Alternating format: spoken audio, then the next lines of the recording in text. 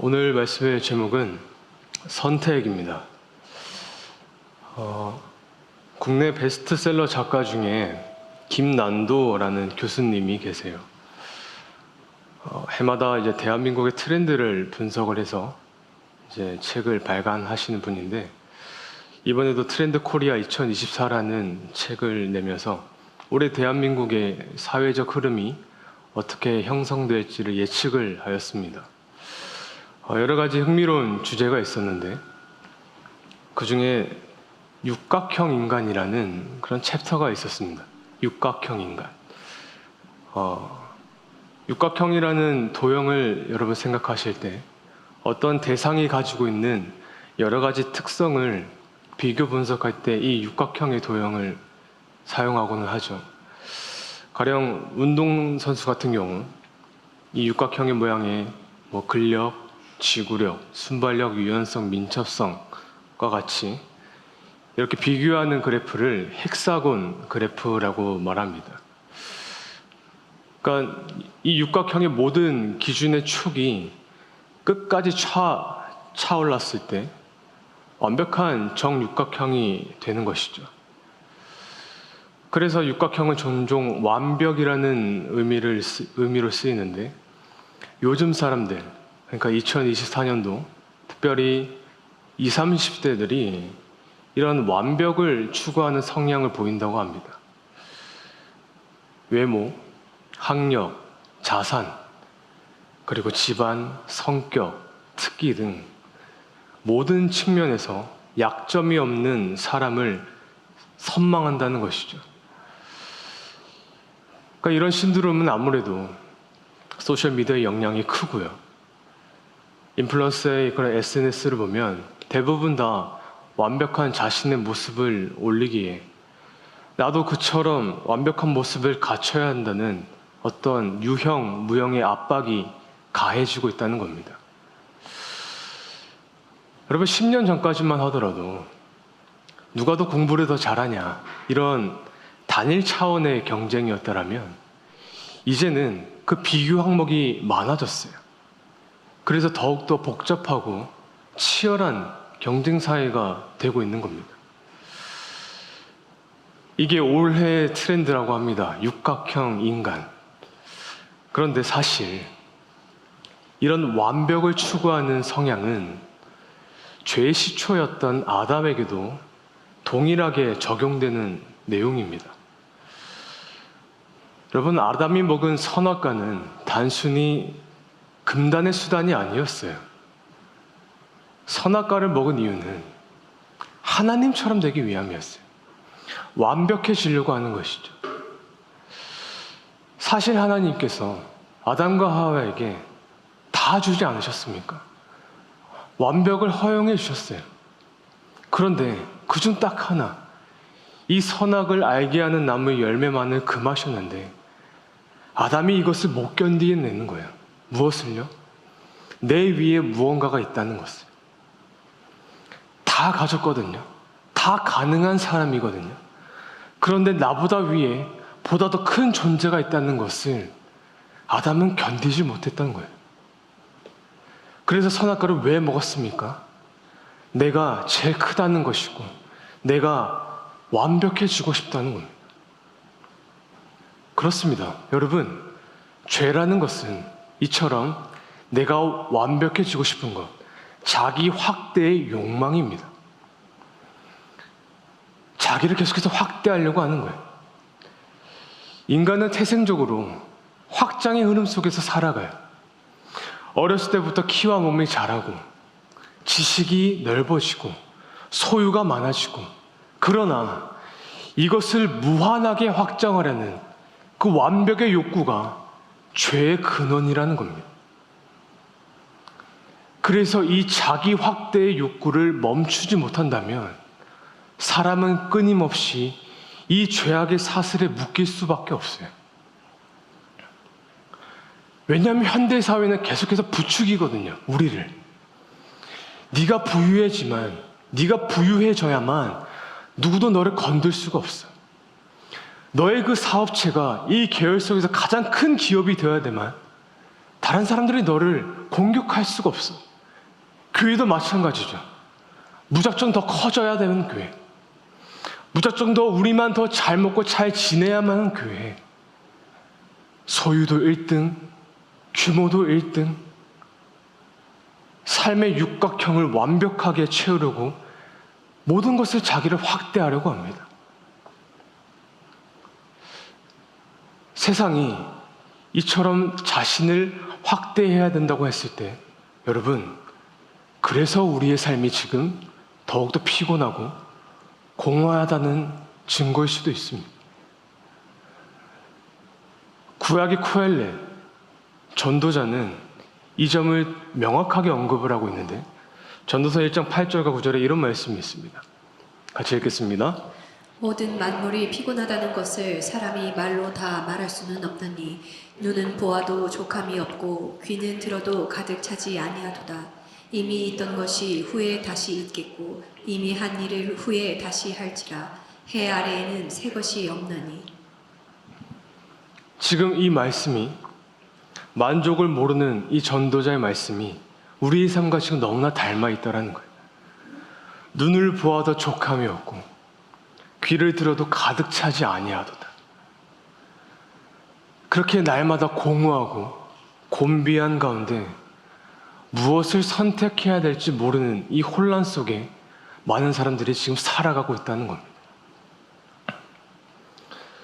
그런 점에서 여러분, 신앙은 무엇일까요?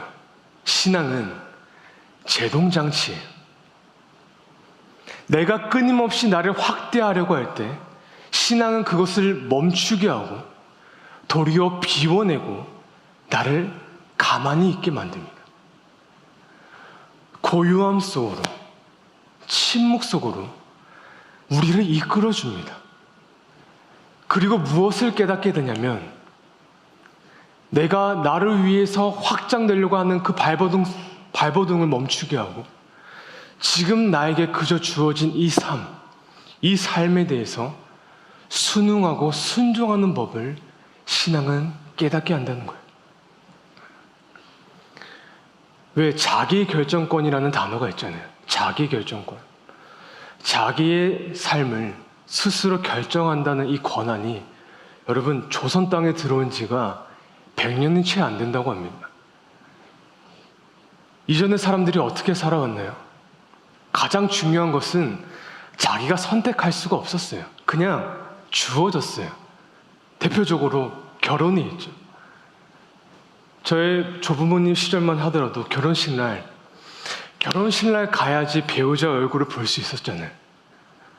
결혼식 날 두근거리는 마음으로 가가지고 천을 싹 걷었더니 헉 하며 놀란 분도 있었고, 그리고 직업은 내가 선택을 하나요? 아니요. 내 아버지가 하던 일을 그저 물려받아 했어요. 아버지가 농사를 하면 내가 농사꾼이 돼야 됐고, 장사를 하시면 평생을 장사꾼으로 살아야 됐다는 거예요. 자기 결정권이라는 게 그때는 없었다고요. 그런데 지금은요. 지금은 모든 게 다 나에게 주어졌어요. 그 안에서 선택을 해야 되는 상황에 사람들은 편할 거라고 생각하지만 아닙니다. 사실은 더 혼란스러워져 버렸습니다. 결정권은 주어졌지만 정작 그 권리를 갖고 있는 사람은 자신의 삶을 올바르게 선택하지를 못해요. 왜 여러분 결혼을 결정하지 못합니까? 선택의 폭이 지금 너무나 넓어졌어요. 옛날에는 있는 형편으로 그냥 맞춰서 갔어요. 결혼을 했다고요. 그런데 이제는 하나부터 열까지 다 갖춰야 되는 상황이 됐어요. 왜 출산을 고민하나요? 돈이 많이 들었어요? 힘들었어요? 아니요. 아이의 삶을 책임지는 것과 지금 내 삶을 누리고 싶은 이 기로에서 선택을 하지 못해 혼란스러워하는 겁니다. 더 나아가 왜 우리는 그리스도인으로서 마땅한 순종을 고민하고 있습니까? 순종을 하기 이전에 내가 내 삶을 위한 선택이 그 영역이 너무나 많은 거예요. 하나님의 섭리보다는 지금 내가 할 수 있는 이 능력과 이 돈을 선택하고 싶은 욕구가 더 강한 거예요. 무엇을 말하고 싶은 거냐면 결국 이 모든 선택적 장애의 원인은 여러분, 나 자신에게 있다는 겁니다. 끊임없이 삶의 초점은 자기 욕구에 맞춰져 있고, 어떻게든 나를 위해서 이 하루를 살아가려고 발버둥 치다 보니 우리는 늘 불안하고 짜증이 나고 혼란스러운 나날을 보내고 있는 거예요. 여러분, 오늘 이 한 가지 사실만을 마음속에 명확하게 새기셔야 돼요. 무엇이냐면, 내가 내 삶의 길을 선택하는 것이 아니라 하나님께서 예비하신 그 길 가운데 여러분을 선택하신다는 겁니다. 그 길이 주어졌다면, 이 일이 여러분에게 주어지고 그 사람이 나에게 보내졌다라면, 우리에게 필요한 것은 그것은 내가 하고 안 하고의 선택이 아니라 수용의 능력이고 순종의 능력이 우리 안에 지금 필요하다는 거예요. 나에게 주어진 이 길에 예스라고 응답할 때 비로소 우리는 하나님이 예배하신 그 길 위에 내가 비로소 이렇게 설 수 있게 된다는 거예요.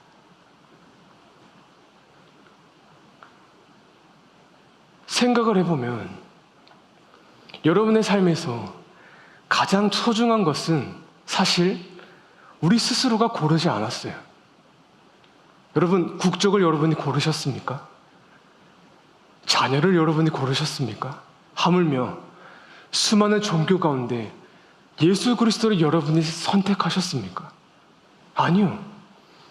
우리는 그저 주어진 상황에서 그동안 살아왔다고요. 인생에서 가장 중요한 능력은 선택의 능력이 아니라 순종의 능력, 곧 받아들임의 능력이라는 거예요. 예수님께서 이 땅에 공생애를 시작하시면서 이 순종의 능력, 곧 받아들임을 가장 먼저 보여주셨어요. 요한복음 2장 2절에서 5절입니다. 이 말씀 같이 읽도록 하겠습니다. 예수와 그 제자들도 홀리의 청함을 받았더니 포도주가 떨어진지라. 예수의 어머니가 예수에게 이르되 저들에게 포도주가 없다 하니 예수께서 이르시되 여자여 나와 무슨 상관이 있나이까? 내 때가 아직 이르지 아니하였나이다. 그의 어머니가 하인들에게 이르되 너희에게 무슨 말씀을 하시든지 그대로 하라 하니라. 아멘. 우리가 너무나 잘 아는 말씀입니다. 요한복음 2장에 나오는 가나안 혼인잔치는 소위 예수님께서 본격적으로 사역을 시작하게 되신 사건이 되죠. 고대 사회에서 결혼식을 일주일간 하는데 중간에 포도주가 뚝 떨어져 버렸어요. 여러분, 그러면 그 결혼식은 망한 겁니다. 그래서 그때 예수님의 어머니 마리아가 포도주가 없다, 떨어졌다라고 말을 하죠. 그러자 예수님의 대답이 나와 무슨 상관이 있습니까? 내 때가 아직 이르지 않았습니다. 라고 대답을 하십니다. 근데 이 말씀을 메시지 성경으로 보니까 영어로 이렇게 기록이 되어 있어요. This is not my time. 이것은 내가 원하는 시간이 아닙니다. Don't push me. 재촉하지 마십시오. 무슨 말이냐면 포도주가 떨어져서 발에 동동 구르며 이렇게 안달이 나 있는 것은 예수님이 원하신 상황이 아니었다라는 거예요. 날 강요하지 마세요. 왜 당신이 나의 행보를 선택을 합니까? 난 메시아야. 아직 내 때가 이르지 않았습니다. 단호하게 예수님께서 말씀하고 계시는 거예요. 그런데 여러분, 이후에 예수님께서 어떻게 행동을 하시죠? 물을 포도주로 결국 바꾸시죠. 무슨 의미냐면 예수님이 사역을 시작하셨을 때 무엇으로 시작을 하셨냐면 순종으로 시작하셨다는 거예요. 그들의 요구를 받아들임으로 시작을 하셨다는 거예요. 그동안 수많은 설교자들이 이 본문의 포커스를 소위 물을 떠다준 하인들의 순종으로 많이들 이야기를 했어요. 맞습니다. 그것도 중요한 포인트예요. 하지만 그보다 더 중요한 것은 하나님의 아들이신 예수님께서 지금 먼저 순종을 보여주고 계신다라는 거예요. 예수님이 사역을 시작하셨을 땐 결코 자기 계획대로 하지 않으셨어요. 주어진 상황에 그저 순종하셨어요. 왜 그랬을까요? 예수님이 그분이 가고자 하신 그 길의 끝, 그 순종의 끝, 바로 십자가의 길을 예수님이 지셔야 됐기 때문입니다. 여자여 나야 무슨 상관이 있습니까? 내 때가 이르지 아니하였나이다 라는 고백처럼 십자가를 지시기 이전에도 예수님은 하나님, 이 잔을 내게서 옮겨주시옵소서. 나 이거 원하지 않습니다. 그러나 내 뜻대로 하지 마시옵고 당신의 뜻대로 하시옵소서. 예수님의 사역은 순종으로 시작을 해서 순종으로 끝을 맺고 계신다는 거예요. 그런데 우리는 어떻습니까? 하나님, 이거 내 때가 아니에요. 이거 내가 원하는 상황이 아니에요. 이거 내가 원하는 사람 아니에요. 내 계획이 아니에요. 우리는 계속해서 내 시간, 내 역할, 내 방식, 내 계획, 계속해서 나만이 중요한 거예요. 그런데 여러분, 사실 예수 그리스도를 따라간다고 작정했을 때 그 십자가 위에, 그 길 위에 나라는 존재는 사실 중요하지가 않아요. 나는 그저 내 인생을 올바르게 선택할 줄도 모를 뿐더러 하나님을 위한 선택도 할 줄 모르는 그런 우리는 비천한 존재이지 않겠습니까? 그렇다면 그때 우리에게 필요한 것은 무엇입니까? 주님, 이것은 내 때가 아니지만 당신이 원하신다면 말씀해 주십시오. 그때 내가 예라고 대답을 하겠습니다. 이것이 내가 원하던 역할은 아니었지만 하나님께서 원하신다면 말씀해 주시죠. 내가 순종하겠나이다. 하나님, 이게 내가 원하는 관계는 아니지만 주께서 원하신다면 내가 참고 기다리겠나이다. 내가 주를 따르겠나이다. 그때 어쩌면 하나님이 여러분의 삶에서 가장 중요한 것을 이루신다라는 겁니다.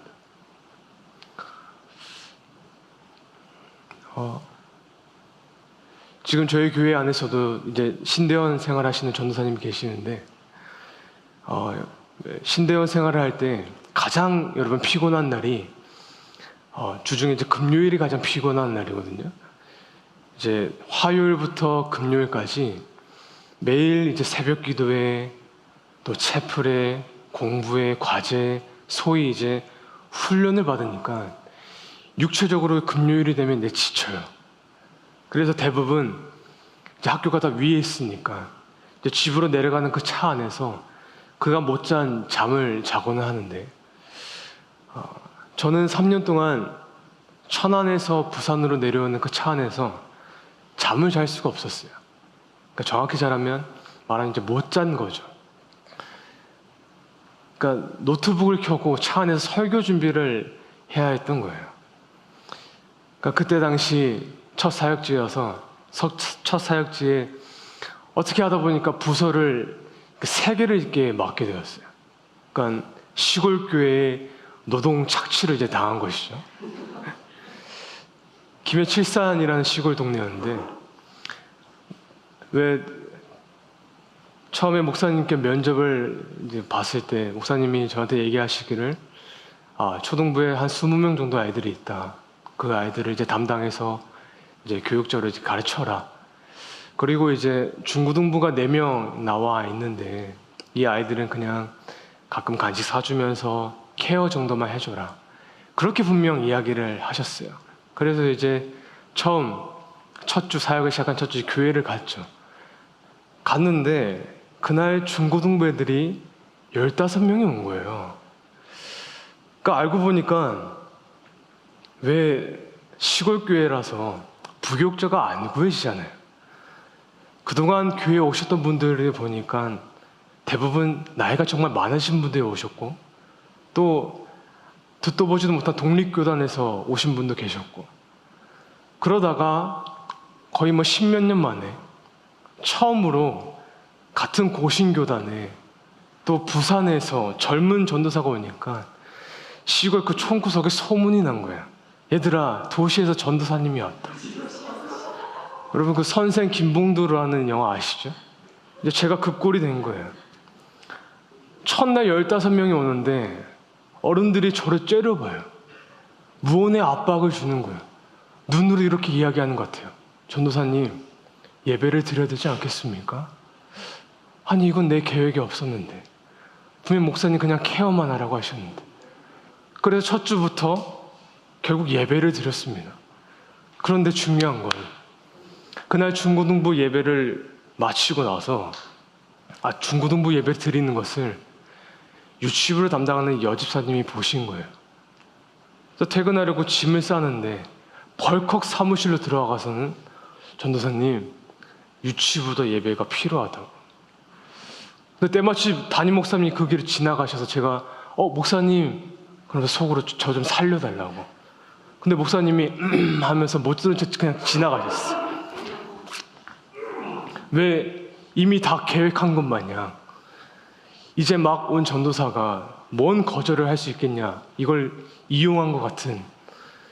더 소름이 돋은 것은 제가 퇴근을 하면서 처음 주보를 봤는데 이미 예배 시간이 다 정해져 있었던 거예요. 9시 초등부, 10시 유치부, 11시 대예배, 1시 중고등부, 2시 오후 예배, 4시 청년부, 이 모든 것을 제가 참석을 해야 됐던 거예요. 그러니까 저희 교회를 치면 디딤부, 자람부, 누림부를 이제 저 혼자 이제 5년 동안 담당을 하게 된 것이죠. 그러니까 금요일이 되면 내려가는 차 안에서 잠을 자고 싶어도 못 잤어요. 그때부터 설교 준비를 해야 됐던 거예요. 만들어야 되고 찾아야 되고 원고를 써야 되고. 솔직하게 육체적으로 너무 힘들었습니다. 그리고 가끔은 신대원에서 친구들이랑 얘기했을 때 얘는 나랑 똑같은 사회를 봤는데 부서 하나만 편하게 하는 그 동기들을 봤을 때 부러운 마음도 많이 들었었죠. 그런데 억울한 마음은 한 번도 들지 않았던 거예요. 억울하진 않더라고요. 왜, 여러분 아시잖아요. 다 그런 경험들 있으시잖아요. 그 시간이 있었기에 지금은 어떤 부서를 들어가도 그들의 눈높이에 맞춰서 설교할 수 있는 자신감이 저한테 생겼어요. 아니, 그런 경력을 넘어서, 스킬을 넘어서 5년 동안 매주 4살부터 19살까지 그 아이를, 하루의 모든 아이를 다 만나면서 저는 이 아이들이 시간이 지나면서 생각이 바뀌고 신앙이 심겨지고 때로는 생각이 변질되고 교회를 떠나는 모습을 보면서 제 안에 어떻게 다음 세대를 세워야 될지를, 그 목회적 확립이 세워졌던 계기가 되었던 거예요. 더 이상 한국교회는 의미 없는 숫자만 늘리는 그 논리에서 벗어나야 된다는 것을. 이제는 이 아이가 하나님 안에서 세워져서 정말 다음 세대로 견고하게 세워지기 위해 교회는 신앙교육에 목숨을 걸어야 된다는 것을, 저는 그 5년이나 힘든 시간 동안 제 안에 그 신앙의 목회관 철학이 확립된 계기가 되었던 거예요. 그런데 만약 그 5년이라는 시간을 저에게 직접 선택할 수 있었더라면 과연 제가 그것을 선택했을까요? 아니요. 저는 분명 안 했을 거예요. 고생길이 뻔했었으니까요. 분명한 건 이 길을 예비하신 하나님이 나를 부르실 때 내가 원하든 원치 않든, 내 계획이 맞든 어긋나든 그 부르심을 내가 받아들이고 순응할 때 하나님의 역사가 여러분의 삶에 시작된다는 사실입니다. 바울은 그런 점에서 오늘 본문에 이와 같이 고백을 합니다. 빌립보서 2장 5절에서 8절입니다. 같이 읽겠습니다. 너희 안에 이 마음을 품으라. 곧 그리스도 예수의 마음이니 그는 근본 하나님의 본체시나 하나님과 동등됨을 취할 것으로 여기지 아니하시고 오히려 자기를 비워 종의 형체를 가지사 사람들과 같이 되셨고 사람의 모양으로 나타나사 자기를 낮추시고 죽기까지 복종하셨으니 곧 곧 십자가에 십자가에 죽으심이라. 자기를 낮추시고 죽기까지 복종하였으니. 믿음이란 무엇입니까? 예수를 믿게 되면 내가 제일 크다, 모든 것을 선택할 수 있다는 것이 아니라 나의 작음을 알게 된다는 거예요. 바울이 오호라 나는 공고한 사람이로다. 누가 이 사망의 몸에서 날 건져내랴. 바울은 자신이 작다고 이야기하고 죄인이라고 이야기를 하지, 내가 가장 큰 사도다, 베드로는 가짜다, 내가 진짜다. 언제 사도 바울이 여러분 자기 증명을 했나요? 언제 그리스도인이 자기 증명을 하는 존재가 되었습니까? 아니요. 그리스도인은 자기 증명이 아니라 자기 부인을 하는 존재잖아요. 신앙은, 영성은 나의 작음을 알아가면서 하나님의 그 심에 내가 순종하는 겁니다. 굴복하는 거라고요. 그렇게 예수님께서 물을 포도주로 변하는 그 순종을 보이시자 이어서 그 순종에 따라간 하인들이 등장을 합니다. 이어서 7절과 8절 말씀입니다. 같이 읽겠습니다. 예수께서 그들에게 이르시되 항아리에 물을 채우라 하신즉 아귀까지 채우니 이제는 떠서 연회장에게 갖다 주라 하심에 갖다 주었더니. 예수님께서 하인들에게 명령하십니다. 돌 항아리에 물을 채우라. 그리고 그 물을 떠다 갖다 주어라. 항아리에서 채웠고 그 채운 물을 떠나 연회에서 포도주가 필요한 사람들에게 하인들이 갖다 주기 시작을 해요. 여러분, 만약 그 물든 바가지를 들고 잔에 따랐을 때 말 그대로 물이 채워졌다라면 그 하인들은 어떻게 되었을까요? 뺨을 맞았겠죠. 이건 뭐야? 장난해? 술에 잔뜩 취한 사람들이 그 짐승만도 못한 하인들을 해코지를 했겠죠. 그런데 어떻게 될지도 모르는 이 상황에 하인들은 이 위험을 안고 지금 순종을 하고 있다는 거예요. 무슨 의미냐면 예수님이 원하시는 이 순종의 재료가 뭐냐면 그 재료는 위험을 감수한다는 거예요. 예수님의 그 첫 표적의 재료가 무엇이었냐면 리스크, 위험을 감수하였다라는 거예요. 여러분, 여러분의 그 신앙생활에서 오직 위험을 제하여 버리고 계산으로만, 계획대로만 살려고 한다면 하나님의 우리의 계획에 조연이 되실 마음이 결코 없으세요. 아시잖아요. 하나님, 제 계획이 있어요. 같이 일하시죠. 아니요. 절대로 일하지 않으세요. 왜 옛날 어른들의 말씀 중에 곤조라는 말이 있잖아요. 그 사람은 곤조가 있다. 고집이 있다고요. 내가 그린 그림에 하나님이 손을 얹을 생각은 없으세요. 내가 설계한 이 길 위에 하나님이 발을 얹을 생각이 없으세요. 왜냐하면 그 그림은 오직 나를 위한 그림. 오직 나의 안위를 위한 길이었거든요. 그 모든 것을 난 바울이 이렇게 고백을 하는 거예요. 너희 안에 이 마음을 품으라. 이 마음을 품으라. 곧 그리스도 예수의 마음이니. 오히려 자기를 비워 종의 형체를 가지신 분, 그분이 사람들과 같이 되셨고 주께서 사람의 모양으로 나타내사 자기를 낮추시고 죽기까지 복종하셨나니라. 그 십자가의 은혜를 입은 우리에게 하나님께서는 하나님 나라를 그리기를 원하시고 끊임없이 자기를 확대하려는 이 현대사회 속에서 십자가의 길을 가기를 원하시고 계신 거예요. 그 시작이 여러분 무엇입니까? 내가 선택하는 것이 아니라 그 길이 나에게 주어졌을 때 순종하는 것, 그것이 하나님 길의 시작이 된다는 겁니다. 이제 말씀을 좀 정리하도록 하겠습니다. 여러분, 오늘 말씀에 이 하인이 나온 것처럼 성경에는 종이라는 단어를 표현하는 단어가 몇 가지가 있습니다. 종. 그 중에 대표적인 단어가 헬라어로 휘페르테스라는 단어가 있어요. 휘페르테스. 이 휘페르테스는 종이라는 단어 중에서 가장 미천한 종을 뜻하는 의미예요. 소위 배 아래에서 노르짖는 종을 의미하고 있습니다. 배 아래에서. 포로로 잡혀온 사람들 또는 인권이 없는 사람들이 종이 되어서 배 안에서 노르젓기 시작하는데, 이 배가 어디로 가는지 그들은 알 수가 없어요.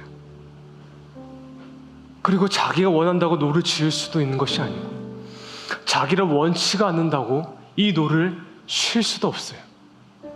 그저 그 앞잡이에 있는 리더가, 대표가 노를 저으라면 저어야 되고 멈추라고 하면 멈춰야 되는 게 휘페르테스라는 거예요. 인격도 없고 자기 증명도 할 수 없는 이 천박한 단어를 오늘 바울은 자신이 노년이 되었을 때 자기 스스로에게 이 단어를 적용한 적이 있었습니다. 사도행전 26장 15절과 16절 말씀에 이런 내용이 있습니다. 마지막으로 같이 읽겠습니다. 내가 대답하되 주님 누구시니까? 주께서 이르시되 나는 내가 박해하는 예수라. 일어나 너의 발로 서라. 내가 내게 나타난 것은 곧 내가 나를 본 일과 장차 내가 내게 나타날 일에 너로 종과 증인을 삼으려 함이니. 바울이 노년의 재판을 받으면서 그렇게 힘들게 살아가는 바울에게 어느 날 왕이 묻습니다. 바울, 당신은 왜 이렇게 사는 겁니까? 당신은 지금 로마 시민이지 않습니까? 당신은 많이 배웠잖아요. 문화생이잖아요. 그런데 왜 이렇게 사는 겁니까? 따졌더니 바울이 수십 년 전에 예수님을 만난 이야기를 그 자리에서 하기 시작하는 거예요. 왕이시여, 저는 원래 예수님을 믿는 사람이라면 그 사람을 핍박하기를 원했던 사람입니다. 오죽하면 남의 나라 담의 세계에 예수를 믿는 사람까지 다 잡아다 넣으려고 했는데, 그 길을 가던 도중 내가 예수님을 만났습니다. 그리고 빛 가운데 임하신 그 예수께서 나에게 이런 말씀하셨습니다. 나는 네가 박해하는 예수라. 내가 내게 나타난 것은 곧 네가 나를 본 일과 장차 내가 너에게 나타날 일, 장차 너에게 내가 보여줄 일, 그것이 무엇이죠? 죄로부터 해방시키고 몸과 마음이 병든 자를 고쳐주고 수많은 사람들을 하나님의 나라로, 하나님의 백성으로 이끌어줄 수 있는 그 일, 이 일을 위해서 예수님께서 내가 너를 종 휘페르테스로 삼았다. 그분이 나를 종으로 삼았습니다. 바울이 왕에게 고백을 하는 거예요. 왕이시여, 제가 그날 그리스도 앞에 휘페르테스가 되었습니다. 주께서 노를 저어라 하면 저를 저어야 됐고, 멈춰라 하면 저는 멈췄습니다. 걸음을 내디디라고 하면 그 길을 끔찍하게 걸어가기 싫을 정도로 내가 경멸하지 않지만, 나를 십자가에 못 박아 죽이고 나는 결국 그 길을 걸어갔습니다.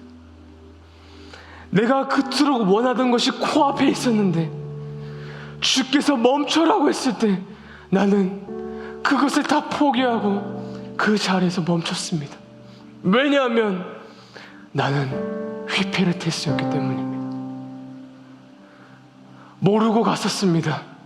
모르고 섬겼었습니다. 모르고 나는 순종했습니다. 모르고 그저 나는 수많은 핍박을 견뎌냈습니다. 그런데 그렇게 모르고 살아가다 보니 내 인생에 가장 중요한 하나님의 역사가 내 삶을 이끄시고 인도하여 주셨습니다. 주님 말씀하시면 내가 나아가리라. 주님 뜻이 아니면 내가 멈춰서리라. 나의 가고 서는 것 오직 주님 뜻에 있으니 오 주님 나를 이끌어 주시옵소서. 뜻하신 그곳에 나 있기를 원합니다. 이끄시는 대로 순종하며 살리니 주님 연약한 내 영혼 통하여 부디 일하여 주시옵소서. 주님 나라와 그 뜻을 위하여 오 주님 비천하고 연약한 나를 이끌어 주시옵소서. 사랑하는 여러분, 시작하는 새해 여러분의 마음 가운데 무엇을 결단하셨습니까? 무엇을 선택해야 될지 모르는 우리라면 바라기는 주님께서 우리에게 주어진 그 삶에 순종할 수 있는 한 해가 되기를 간절히 소망합니다. 원하지 않는 일일지라도, 비록 버거운 관계일지라도, 그리고 피하고 싶은 소명일지라도 이 십자가의 길에 주님 나는 순종하기를 원합니다. 그 길 위에 예배하신 하나님의 예배하신 그 역사를 경험할 수 있는 저와 여러분의 삶이 될 수 있기를 우리 주님의 이름으로 간절히 축복합니다.